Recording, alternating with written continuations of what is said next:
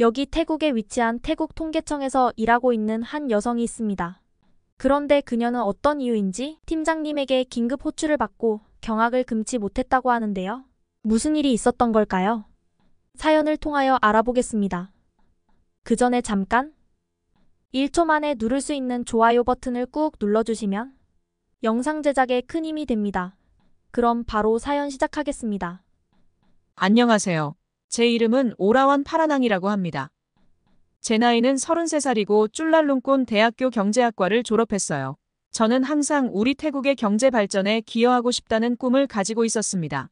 그래서 졸업 후 경제 관련 업무를 보기 위해 취업 준비를 하던 중에 저는 태국 통계청 국가경제사회개발위원회에 입사하게 되었어요. 저에게 있어서 통계청에서 일하는 건 정말 흥미롭고 보람찬 일이었습니다. 제 업무는 국가의 경제 지표를 분석하고 정책 결정에 필요한 데이터를 제공하는 중요한 역할을 하고 있어요. 매일 아침 사무실에 출근하면 새로운 경제 동향을 파악하고 그 의미를 해석하는 일에 몰두하게 되는데 때로는 밤늦게까지 일하기도 하지만 우리나라의 미래를 위해 노력한다는 생각에 더 힘을 내고 있어요. 그런데 최근 들어 마음이 무겁습니다. 인도에서 일어난 노동자들의 파업 소식을 듣고 있자니 우리 태국의 상황과 너무나 비슷해 가슴이 아파요. 삼성전자가 인도에서의 생산을 심각하게 중단할 수도 있다는 뉴스를 보면서 우리나라의 과거가 떠올랐습니다. 태국도 예전부터 이런 일들이 많았어요. 한국 기업들이 우리나라에서 철수하기 시작하면서 많은 공장들이 문을 닫았습니다. 그 결과 수많은 사람들이 일자리를 잃게 되었고 우리 경제는 큰 타격을 받고 있어요. 지금 생각해보면 우리가 너무 성급하게 판단했던 것 같아요. 우리는 한국 기업들에 대한 제재를 결정했습니다. 당시에는 그게 옳은 선택이라고 생각했어요. 우리 노동자들의 권리를 지키기 위해 필요한 조치라고 믿었죠. 하지만 지금 와서 보니 그건 너무나 어리석은 선택이었습니다. 우리는 스스로 힘든 길을 택한 거였죠. 매일 밤 잠들기 전 저는 깊은 한숨을 내쉬며 같은 질문을 되풀이했습니다. 왜 우리는 한국 기업들이 철수할 수밖에 없는 그런 결정을 내렸을까? 그때의 판단이 얼마나 근시안적이었는지 깨달을 때마다 가슴이 무너져 내리는 듯 했어요. 우리는 당장의 문제만을 보고 결정을 내렸고 그 결과 더 큰 문제를 초래했죠. 한국 대기업들이 하나둘씩 태국을 떠나기 시작했을 때 우리는 그 심각성을 제대로 인지하지 못했습니다. 삼성, LG, 현대 등 한국의 주요 기업들이 공장을 폐쇄하고 베트남, 인도네시아로 이전하는 모습을 지켜보면서도 우리는 그저 일시적인 현상일 거라고 자위했죠. 하지만 현실은 냉혹했어요. 또한 2020년 일본의 대표 기업인 파나소닉마저 태국에서 완전히 철수한다는 소식이 전해졌을 때 우리는 비로소 상황의 심각성을 깨달았습니다. 40년간 운영해온 백색가전 공장을 베트남으로 옮긴다는 소식은 태국 경제에 또 다른 큰 타격이었죠. 이제 와서 후회해도 소용없다는 걸 알지만 그때를 생각하면 마음 한구석이 여전히 무겁습니다. 특히 램차방을 예로 들을 수 있는데요. 램차방은 방콕에서 100km 정도 떨어진 곳으로 태국 동부 경제특구가 자리 잡고 있었어요. 이곳에는 여러 주요 글로벌 자동차 및 제조시설 공장들이 밀집해 있었죠. 태국 동부 경제특구 덕분에 이곳은 글로벌 기업들의 유입으로 분주한 곳이 되었지만 이제는 그 속에서 일어나는 갈등이 태국인들을 뒤흔들어 놓기 시작했어요. 결론부터 말씀드리자면 최근 한국과 태국 간의 관계가 악화되면서 실업자들이 많아지고 가족의 생계까지 불안해진 상황이었죠. 그곳에서 일하던 수많은 사람들의 얼굴이 떠오릅니다. 한때 우리 경제의 심장부였던 이 공장들이 이제는 쓸쓸한 흉물로 남아있는 모습을 보면 우리가 얼마나 큰 실수를 저질렀는지 다시 한번 깨닫게 돼요. 한국과 일본 기업들의 연이은 철수로 인한 국가 경제의 손실은 실로 막대했습니다. 일자리 감소, 기술 이전 중단 등 그 영향은 우리 경제 곳곳에 깊은 상처를 남겼죠. 우리는 심각한 경제 위기에 직면해 있어요. 이제는 투자자들에게 외면받는 국가가 되어버렸습니다. 이 모든 상황을 되돌아보면 우리의 판단이 얼마나 잘못되었는지 그리고 그 대가가 얼마나 큰지를 뼈저리게 느낍니다. 통계청에서 일하면서 저는 매일 이 상황의 심각성을 더욱 체감하고 있는데 특히 실업률 증가, GDP 하락, 외국인 투자 감소 등의 수치들이 우리 앞에 놓여 있어서 그래프를 볼 때마다 한숨이 나와요. 이 차가운 숫자들 뒤에는 실제 사람들의 고통과 어려움이 있다는 걸 알기에 더욱 마음이 무겁습니다. 때로는 이 모든 게 꿈이었으면 좋겠다고 생각해요. 우리는 이 상황을 직면하고 해결책을 찾아야 하는데 어떻게 하면 다시 외국 기업들의 신뢰를 얻을 수 있을까? 어떻게 하면 우리 노동자들의 권리도 지키면서 경제 발전도 이룰 수 있을까? 이런 질문들이 끊임없이 제 머릿속을 맴돌고 있어요. 통계청에서의 일상적인 업무를 하던 어느 날, 저는 팀장님으로부터 뜻밖의 제안을 받았습니다. 한국의 경제 상황을 직접 조사하러 가보는 게 어떻겠냐는 거였어요. 처음에는 깜짝 놀랐지만 곧 이것이 우리나라 경제에 도움이 될 수 있는 중요한 기회라는 걸 깨달았습니다. 파라낭 씨, 한국에 가서 우리 제재 조치가 그들의 경제에 어떤 영향을 미쳤는지 조사해 주세요. 특히 우리 기업들의 철수 이후 그들의 산업 동향에 주목해 주세요. 팀장님의 말씀을 들으며 저는 속으로 생각했어요. 한국의 경제는 지금쯤 엉망일 거야. 우리 기업들이 빠져나간 자리를 어떻게 메웠을까? 그래서 저는 팀장님께 자신 있게 대답했습니다. 네, 알겠습니다. 한국의 경제 상황을 면밀히 조사해 오겠습니다. 아마도 우리의 제재로 인해 그들의 경제가 큰 타격을 입었을 것 같아요. 출발 전날 밤, 저는 조사 계획을 세우며 깊은 생각에 잠겼어요. 한국은 중국보다 작은 나라니까 우리의 제재 영향을 더 크게 받았을 거라고 예상했죠. 중국은 거대한 내수 시장과 다양한 산업 구조를 가지고 있어 외부 충격을 어느 정도 흡수할 수 있지만 한국은 그렇지 못할 거라고 생각했거든요. 아마도 서울거리에는 폐업한 가게들이 즐비하고 실업자들로 가득 차 있겠지. 이런 생각을 하니 한편으로는 마음이 무거워졌습니다. 우리의 결정이 다른 나라 사람들의 삶에 이렇게 큰 영향을 미쳤다는 사실이 조금은 죄책감으로 다가왔어요. 하지만 동시에 이번 출장이 기대되기도 했습니다. 직접 눈으로 보고 귀로 들어 실제 상황을 파악할 수 있다는 것, 그리고 그 정보를 바탕으로 우리나라의 향후 정책 도움을 줄 수 있다는 생각에 설렘이 가득했어요. 비행기에 오르면서 저는 조사 계획을 다시 한번 머릿속으로 정리했습니다. 먼저 한국의 주요 경제 지표들을 살펴볼 예정이에요. GDP 성장률, 실업률, 물가 상승률 등을 우리나라와 중국의 수치와 비교해 볼 생각입니다. 그 다음으로는 주요 산업별 동향을 조사를 하면서 우리 기업들이 많이 빠져나간 전자, 자동차 산업에 집중적으로 볼 계획이에요. 또한 거리를 직접 걸어다니며 사람들의 생활 모습을 관찰하고 현지 경제 전문가들과의 인터뷰도 계획하고 있습니다. 이를 통해 통계로는 보이지 않는 실제 경제 상황을 파악하고 싶어요. 비행기가 이륙하면서 창밖으로 방콕의 풍경이 점점 작아지는 걸 보며 저는 다시 한번 이번 출장의 중요성을 되새겼습니다. 이번 조사 결과는 우리나라의 향후 경제 정책 방향을 결정하는 데 중요한 자료가 될 거예요. 그래서 더욱 꼼꼼하고 정확하게 조사해야 한다는 책임감이 느껴졌습니다. 하지만 동시에 불안한 마음도 있었는데 과연 내가 이 중요한 임무를 잘 수행할 수 있을까? 하는 의구심이 들었거든요. 그래도 이내 마음을 다잡았습니다. 이런 생각들로 가득 찬 채 저는 서울로 향하는 비행기 안에서 앞으로의 일정을 기대하며 조금은 긴장된 마음으로 눈을 감았어요. 긴장된 마음으로 눈을 감고 있다 보니 어느새 인천공항에 도착했습니다. 공항에 발을 내딛는 순간 예상과는 전혀 다른 광경에 놀라움을 금치 못했어요. 입국 절차가 까다롭다고 들었던 것과는 달리 실제로는 그리 복잡하지 않았죠. 물론 몇 가지 추가 질문이 있었지만 영어로 소통하는 데 전혀 어려움이 없었고 전반적인 과정이 생각보다 순조로웠습니다. 특히 입국심사관이 환한 미소로 한국에 오신 걸 환영합니다라고 말해주는 모습에 깊은 인상을 받았어요. 하지만 이런 친절한 환영 속에서도 제 마음 한구석에는 무거운 생각이 자리 잡고 있었습니다.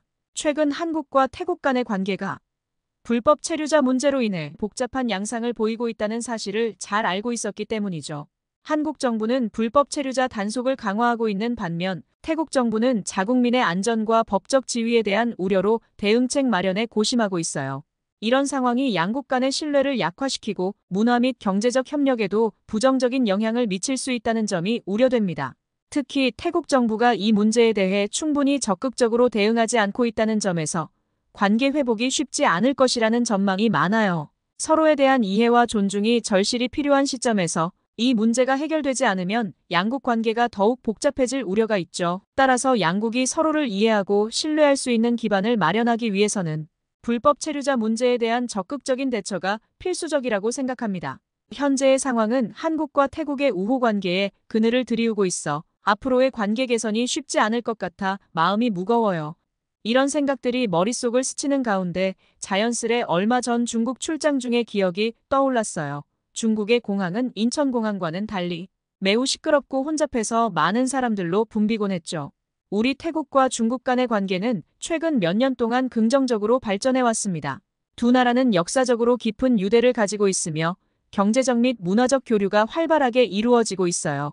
특히 중국은 태국의 주요 무역 파트너국 중 하나로 양국 간의 무역 규모도 꾸준히 증가하고 있어서 몇 년 전 출장을 갔었는데 공항에서의 혼잡함에 많이 당황했던 기억이 떠오르네요.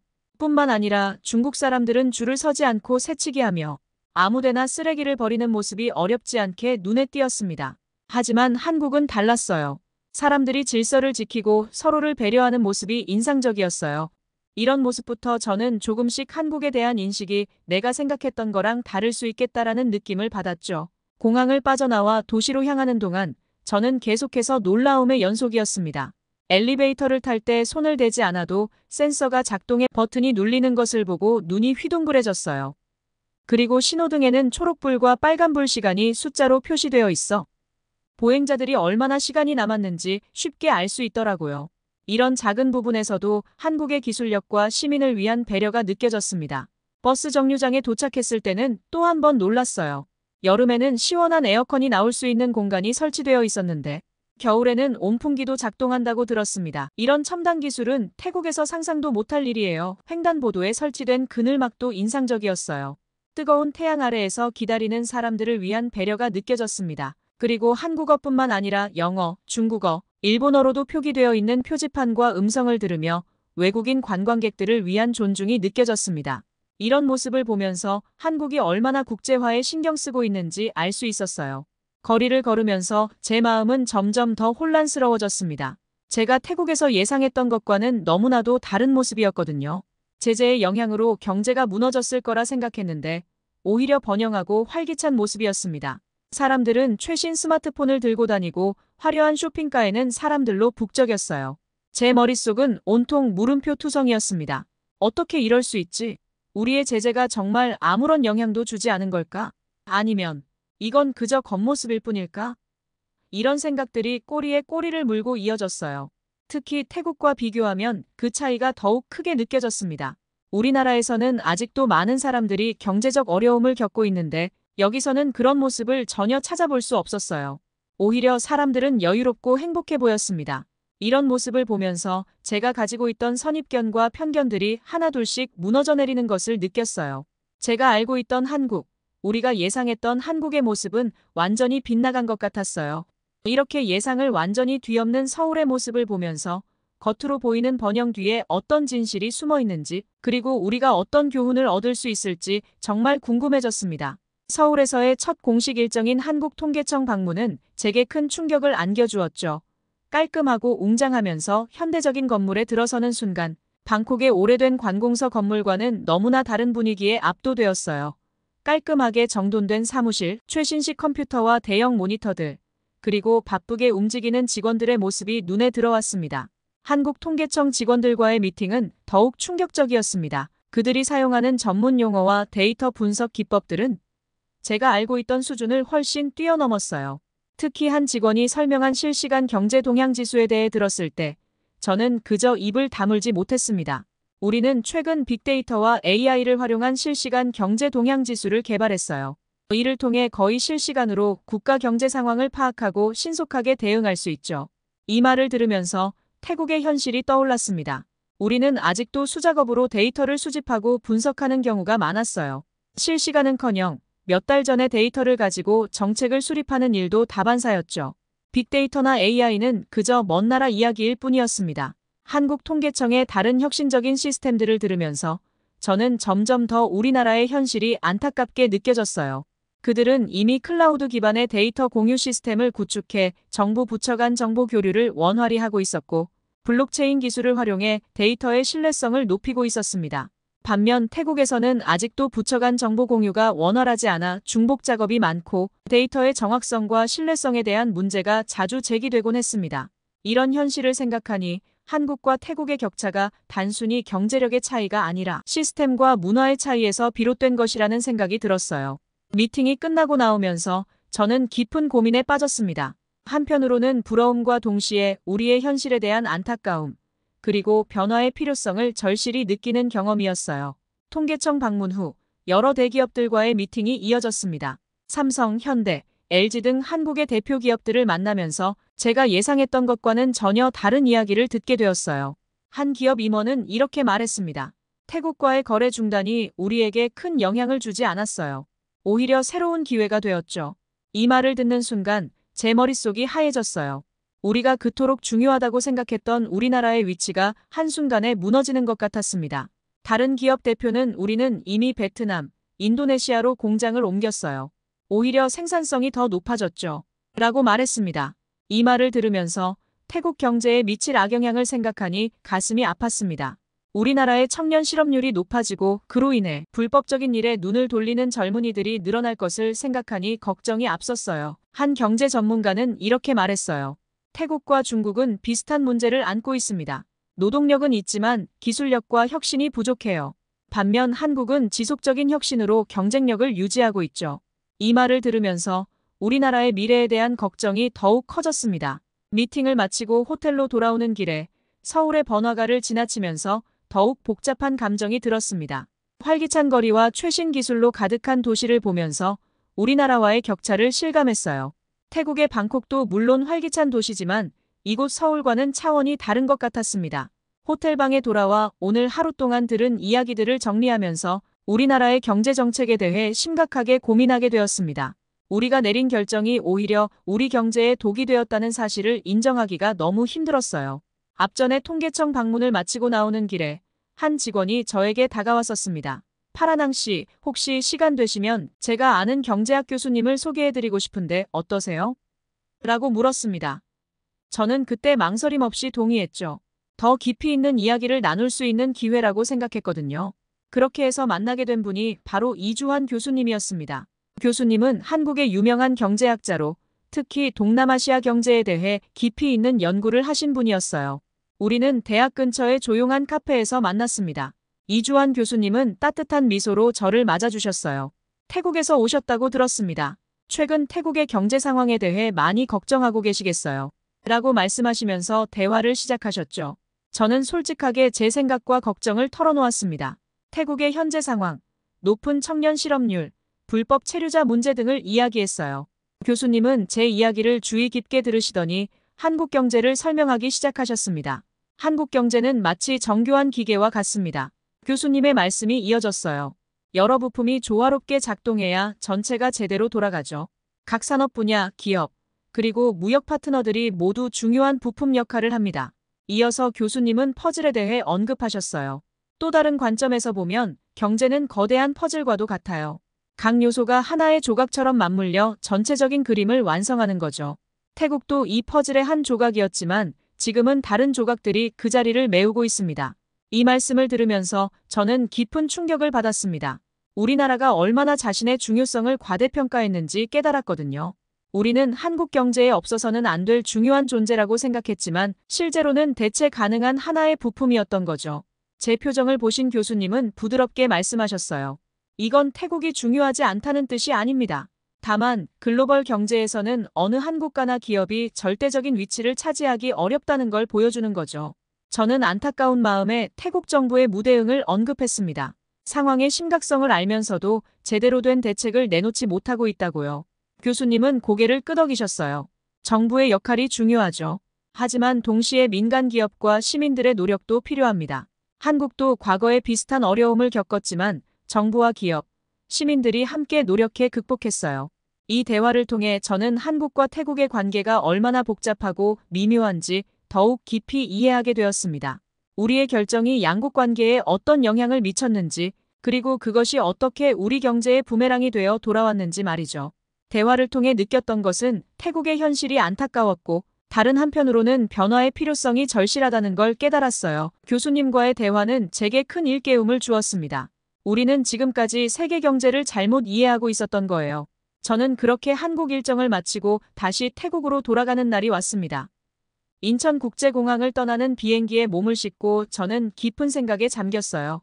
창밖으로 보이는 서울의 마지막 모습이 제 마음을 더욱 무겁게 만들었어요. 노트북을 펴고 한국에서 수집한 데이터를 정리하기 시작했습니다. 숫자와 그래프들이 화면을 채우면서 우리나라의 현실이 더욱 선명하게 다가왔죠. 리포트를 작성하면서 제 마음은 복잡한 감정으로 가득 찼어요. 우리의 제재가 실패했다는 사실을 인정하는 것이 너무나 힘들었죠. 그동안 우리가 얼마나 자만에 빠져 있었는지, 세계 경제의 흐름을 제대로 읽지 못했는지를 깨달았습니다. 이 쓰라린 경험이 우리에게 값진 교훈이 되길 바라는 마음으로 글을 써내려갔어요. 한국과의 관계 개선이 시급하다는 결론에 도달했지만 이것이 결코 쉽지 않을 거라는 것도 잘 알고 있습니다. 오랜 시간 동안 쌓인 불신과 오해를 해소하는 것은 긴 시간과 노력이 필요할 테니까요. 그럼에도 불구하고 우리는 반드시 이 길을 가야 한다고 확신했어요. 비행기가 방콕에 가까워질수록 제 마음속에는 희망과 불안이 교차했습니다. 한국에서 보고 배운 것들을 우리나라에 어떻게 적용할 수 있을지 고민했어요. 선진화된 통계 시스템, 효율적인 공공 서비스, 혁신적인 기업 문화 등 배울 점이 너무나 많았습니다. 하지만 동시에 우리나라의 현실이 발목을 잡을 거라는 걱정도 들었죠. 태국 정부의 관료주의와 비효율성, 변화를 꺼리는 문화, 그리고 부족한 기술력 등이 발전의 걸림돌이 될 거라는 생각에 한숨이 나왔습니다. 이런 문제들을 어떻게 극복할 수 있을지, 정부를 어떻게 설득할 수 있을지 막막하기만 했어요. 방콕 공항에 도착하자 익숙한 풍경이 눈에 들어왔습니다. 하지만 이제 제 눈에는 모든 것이 달라 보였어요. 한국에서의 경험이 제 시각을 완전히 바꿔놓은 거죠. 공항을 빠져나오며 앞으로 제가 해야 할 일들이 머릿속을 스쳐 지나갔어요. 먼저 상사에게 보고를 해야 할 텐데 이 어려운 진실을 어떻게 전달해야 할지 걱정이 됐습니다. 우리의 실수를 인정하고 변화의 필요성을 설득하는 것이 쉽지 않을 거라는 걸 알고 있었죠. 그래도 이것이 우리나라의 발전을 위해 꼭 필요한 과정이라고 믿고 있어요. 택시를 타고 집으로 향하는 동안 방콕의 거리를 보면서 한국에서의 경험을 곱씹어봤는데 우리나라의 장점과 단점이 더욱 선명하게 보였어요. 그동안 당연하게 여겼던 것들에 대해 의문을 품게 되었고 개선이 필요한 부분들이 눈에 띄었습니다. 이번 경험을 통해 배운 교훈들을 활용해서 우리나라의 발전에 기여하겠다는 결심이 섰어요.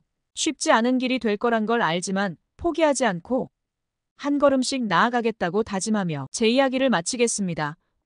모두 안녕히 계세요. 오늘의 사연 어떻게 들으셨나요? 국가 경제를 고민하며 한국에 와서 많은 경험을 하고 돌아가 어떤 상황이 펼쳐질지 궁금하네요. 여러분의 생각은 어떠신가요? 아래의 댓글에 의견을 적어주세요. 그리고 감동적인 사연을 주변 사람들과 공유하고 함께 이야기 나눠보세요. 마지막으로 1초밖에 걸리지 않는 구독과 좋아요, 알림 설정은 영상 제작에 큰 힘이 됩니다. 지금까지 감동을 담아 여러분께 진심을 전하는 감동 담기였습니다. 오늘 하루도 행복한 하루 보내세요.